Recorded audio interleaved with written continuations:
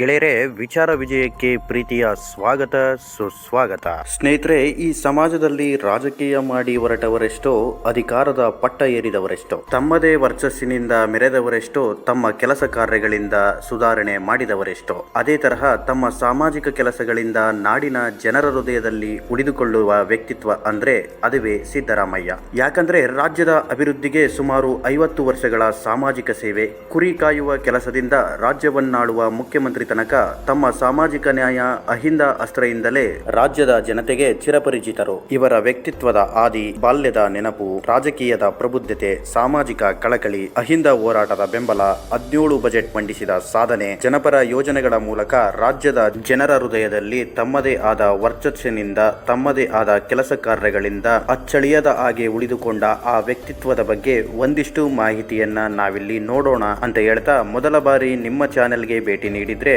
ಕೂಡಲೇ ಸಬ್ಸ್ಕ್ರೈಬ್ ಮಾಡುವ ಮೂಲಕ ಮುಂದಿನ ನೋಟಿಫಿಕೇಶನ್ ಪಡೆಯಿರಿ. ಗೆಳೆಯರೆ, ಕರ್ನಾಟಕ ಇತಿಹಾಸದಲ್ಲಿಯೇ ಸಾಕಷ್ಟು ರಾಜಕಾರಣಿಗಳು, ಸಾಕಷ್ಟು ಮಂತ್ರಿಗಳು, ಸಾಕಷ್ಟು ಮುಖ್ಯಮಂತ್ರಿಗಳು ಬಂದು ಅವರವರ ಐಡೆಂಟಿಟಿಗಳನ್ನ, ಅವರದೇ ಆದ ಬೆಂಬಲಿಗರನ್ನ ಕಟ್ಟುಕೊಂಡಿರುವುದನ್ನ ಕಂಡಿದ್ದೇವೆ. ಆದರೆ ಆ ಒಬ್ಬ ವ್ಯಕ್ತಿ ಮಾತ್ರ ತಮ್ಮದೇ ಆದ ಸಿದ್ಧಾಂತಗಳಿಂದ, ಜನಪರ ಯೋಜನೆಗಳಿಂದ ಅವರನ್ನ ಪ್ರೀತಿಸುವ ಹೃದಯಗಳನ್ನ ಹೊಂದಿರುವ ರಾಜ್ಯದ ಅಹಿಂದ ಸಾಮ್ರಾಟನಾಗಿ ಗುರುತಿಸಿಕೊಂಡ ಇವರು ಶಾಶ್ವತ ಮುಖ್ಯಮಂತ್ರಿಗಳಾಗಿ ಕುರಿ ಕಾಯುವ ವೃತ್ತಿಯಿಂದ ರಾಜ್ಯವನ್ನಾಳುವ ಮುಖ್ಯಮಂತ್ರಿವರೆಗೆ ಪಟ್ಟ ಪರಿಶ್ರಮ ಮಾಡಿದ ಸಾಮಾಜಿಕ ನಡೆತೆಗಳ ಬಗ್ಗೆ ಗಮನಿಸೋದಾದ್ರೆ, ಸಿದ್ದರಾಮಯ್ಯ ಜನಿಸಿದ್ದು 1948 ಆಗಸ್ಟ್ 12ರಲ್ಲಿ. ಮೂಲತಃ ಮೈಸೂರು ಜಿಲ್ಲೆಯ ವರುಣ ಹೋಬಳಿಯ ಸಿದ್ದರಾಮನುಂಡಿ ಗ್ರಾಮದವರು. ತಂದೆ ಸಿದ್ದರಾಮೇಗೌಡ, ತಾಯಿ ಬೋರಮ್ಮ. ಈ ದಂಪತಿಗಳ 5ರ ಪೈಕಿ 2ನೇ ಪುತ್ರರಾಗಿ ಜನಿಸಿದ್ದು ಸಿದ್ದರಾಮಯ್ಯ. ಕುರುಬ ಸಮಾಜಕ್ಕೆ ಸೇರಿದವರಾದರೂ ಸಹ ಸಾಮಾಜಿಕ ನ್ಯಾಯದ ಪರ, ಜಾತಿ ವ್ಯವಸ್ಥೆ ವಿರುದ್ಧ ಹೋರಾಡಿದ ಸಮಾಜ ಸುಧಾರಕ, ಜಾನಪದ ಕಲೆಯಲ್ಲಿ ಆಸಕ್ತಿ ಹೊಂದಿದ ಇವರು ಅದರ ಜೊತೆಗೆ ಅಕ್ಷರಾಭ್ಯಾಸ ನಡೆಸಿದರು. ಪ್ರತಿಭಾವಂತನಾದರೂ ಸಹ ಶಾಲೆಗೆ ಹೋಗದ ಇವರು ತಮ್ಮ ತಂದೆಯ ಜೊತೆ ಕುರಿಗಾಹಿಯಾದರು. ಇವರ ಜಾನಪದ ಪ್ರತಿಭೆ ನೋಡಿದ ಇವರ ಶಾಲೆಯ ಮುಖ್ಯ ಶಿಕ್ಷಕರು ಇವರನ್ನ ನೇರವಾಗಿ 4ನೇ ತರಗತಿಗೆ ದಾಖಲಾತಿ ಮಾಡಿಕೊಳ್ತಾರೆ. ಇವರ PUC ವಿದ್ಯಾಭ್ಯಾಸ ಮೈಸೂರಿನ ವಿದ್ಯಾವರ್ಧಕ ಕಾಲೇಜಿನಲ್ಲಿ ಮುಗಿಸಿ ಯುವರಾಜ ಕಾಲೇಜಿನಲ್ಲಿ BSc ಪದವಿ ಪಡೆದು ಶಾರದಾ ವಿಲಾಸ ಕಾಲೇಜಿನಲ್ಲಿ ಕಾನೂನು ಪದವೀಧರರಾದರು. ಇವರ ತಂದೆಗೆ ಇವರನ್ನ ವೈದ್ಯರನ್ನಾಗಿಸುವ ಆಸೆ ಇತ್ತು. ಆದರೆ ಇವರಾಗಿದ್ದು ಮಾತ್ರ ವಕೀಲರು. ಆಗಿನಿಂದಲೂ ಸಮಾಜದಲ್ಲಿ ಬೆರೆತ ಇವರು ರೈತ ಹೋರಾಟಗಾರರಾದ ನಂಜುಂಡಸ್ವಾಮಿಯವರ ಬಲೆಗೆ ಬಿದ್ದರು. ಅವರ ಪ್ರೇರೇಪಣೆಯಿಂದ ರೈತ ಹೋರಾಟಗಳಲ್ಲಿ, ಚಳುವಳಿಗಳಲ್ಲಿ ಭಾಗವಹಿಸಲು ಪ್ರಾರಂಭಿಸಿದರು. ಅಲ್ಲಿಂದ ಶುರುವಾಗಿದ್ದೇ ಇವರ ಸಾಧನೆಯ ಮೈಲಿಗಲ್ಲುಗಳು. ಗೆಳೆಯರೆ, ಆಗಿನ ಸಂದರ್ಭದಲ್ಲಿ ದೇಶದಲ್ಲಾದ ತುರ್ತು ಪರಿಸ್ಥಿತಿ ವಿರುದ್ಧ ಭುಗಿಲೆದ್ದಂತಹ ಸಂದರ್ಭ. ತುರ್ತು ಪರಿಸ್ಥಿತಿಯನ್ನ ವಿರೋಧಿಸಿ ಇವರು 1975ರ ಹೊತ್ತಿಗೆ ಜನತಾ ಪಾರ್ಟಿಯನ್ನ ಸೇರುವುದರ ಮೂಲಕ ರಾಜಕೀಯಕ್ಕೆ ಪಾದಾರ್ಪಣೆಯನ್ನ ಮಾಡ್ತಾರೆ.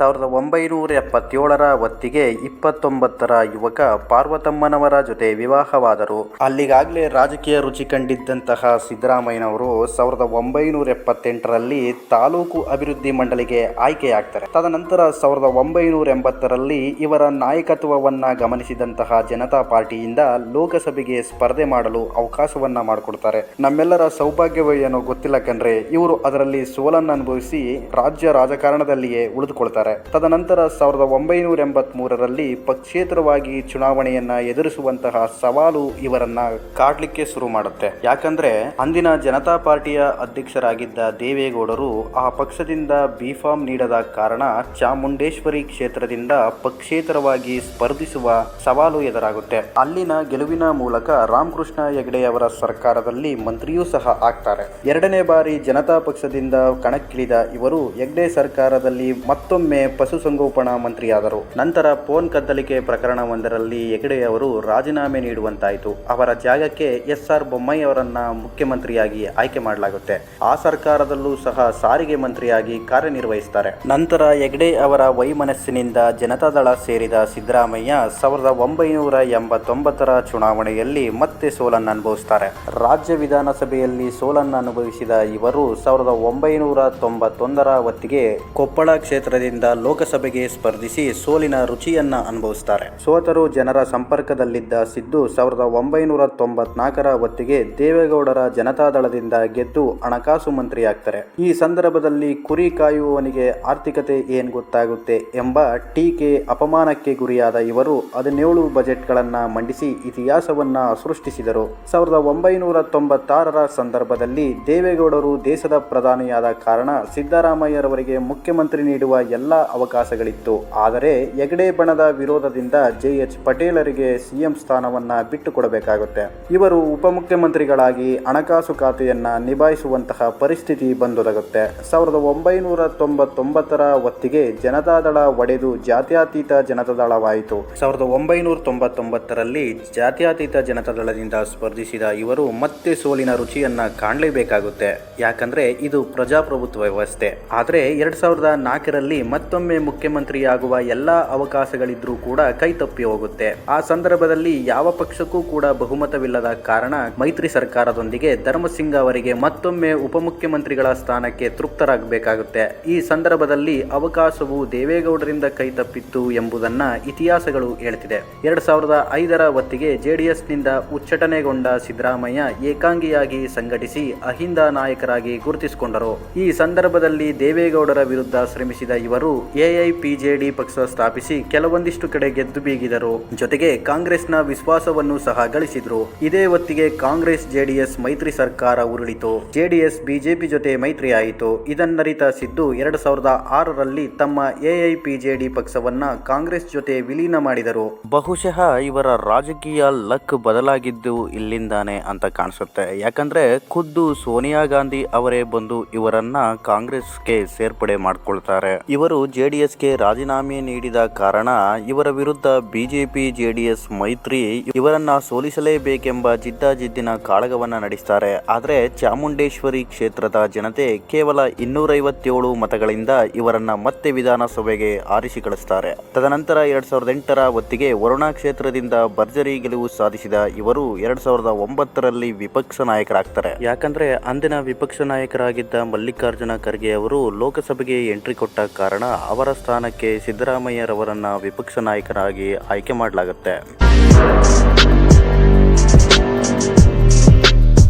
ಗೆಳೆಯರೇ, ಅವತ್ತಿನ ಸಂದರ್ಭದಲ್ಲಿ ಅಕ್ರಮ ಗಣಿಗಾರಿಕೆ ವಿರುದ್ಧ ವಿಧಾನಸಭೆಯಲ್ಲಿ ಮಾತಿನ ಚಕಾಮಕಿ ನಡೆಯುತ್ತಿರುತ್ತೆ. ಈ ಸಂದರ್ಭದಲ್ಲಿ ಬಿಜೆಪಿ ಶಾಸಕರಾದ ಜನಾರ್ದನ್ ರೆಡ್ಡಿ ಅವರು ತಾಕತ್ತಿದ್ರೆ ಬಳ್ಳಾರಿಗೆ ಬನ್ನಿ ಎಂಬ ಸವಾಲನ್ನ ಸಿದ್ದುಗೆ ನೀಡ್ತಾರೆ. ನಂತರ 2010ರ ಹೊತ್ತಿಗೆ ಅಕ್ರಮ ಗಣಿಗಾರಿಕೆ ವಿರುದ್ಧ ತೊಡೆತಟ್ಟಿ ಬಳ್ಳಾರಿ ಪಾದಯಾತ್ರೆ ಮಾಡಿದ ಶಕ್ತಿಯುತ ನಾಯಕ ಅಂದ್ರೆ ಅದುವೇ ಅಹಿಂದ ಸಿದ್ದರಾಮಯ್ಯ. ತದನಂತರ 2013ರಲ್ಲಿ ಮೊದಲ ಬಾರಿ ರಾಜ್ಯದ ಮುಖ್ಯಮಂತ್ರಿಗಳಾದ ಇವರು ತಮ್ಮ ರಾಜಕೀಯ ಅನುಭವ, ಸಾಮಾಜಿಕ ಕಳಕಳಿ ಹೊಂದಿದ್ದರಿಂದ ಅಧಿಕಾರವೇರಿದ 24 ಗಂಟೆಯಲ್ಲೇ ಅನ್ನಭಾಗ್ಯ ಯೋಜನೆ ನೀಡುವುದರ ಮೂಲಕ ಮನೆ ಮಾತಾಗ್ತಾರೆ. ಜೊತೆಗೆ ಸಾಕಷ್ಟು ಜನಪರ ಯೋಜನೆಗಳನ್ನ ಜಾರಿಗೊಳಿಸಿ ದಕ್ಷ ಮತ್ತು ಪ್ರಾಮಾಣಿಕ ಮುಖ್ಯಮಂತ್ರಿಯ ಹೆಗ್ಗಳಿಕೆಗೆ ಪಾತ್ರರಾಗ್ತಾರೆ. ಅವರ ಮೊದಲ ಅವಧಿಯಲ್ಲಿ ಅವರ ಅಂಗರಕ್ಷಕನಂತಿದ್ದ ಅವರ ಪುತ್ರ ರಾಕೇಶ್ ಸಿದ್ದರಾಮಯ್ಯರವರನ್ನ ಕಳೆದುಕೊಳ್ತಾರೆ. ತದನಂತರ 2018ರ ವಿಧಾನಸಭೆ ಚುನಾವಣೆಯಲ್ಲಿ ವರುಣ ಕ್ಷೇತ್ರವನ್ನ ತಮ್ಮ ಮಗ ಯತೀಂದ್ರ ಸಿದ್ದರಾಮಯ್ಯಗೆ ಬಿಟ್ಟುಕೊಟ್ಟು ತಾವು ಚಾಮುಂಡೇಶ್ವರಿ ಹಾಗೂ ಬಾದಾಮಿ ಕ್ಷೇತ್ರದಿಂದ ಕಣಕ್ಕಿಳಿತಾರೆ. ಚಾಮುಂಡೇಶ್ವರಿಯಿಂದ 3ನೇ ಬಾರಿ ಸೋತಂತ ಇವರು ಬಾದಾಮಿಯಿಂದ ಗೆದ್ದು ತೃಪ್ತರಾಗ್ತಾರೆ. ಈ ಸಂದರ್ಭದಲ್ಲಿ ಯಾವುದೇ ಪಕ್ಷ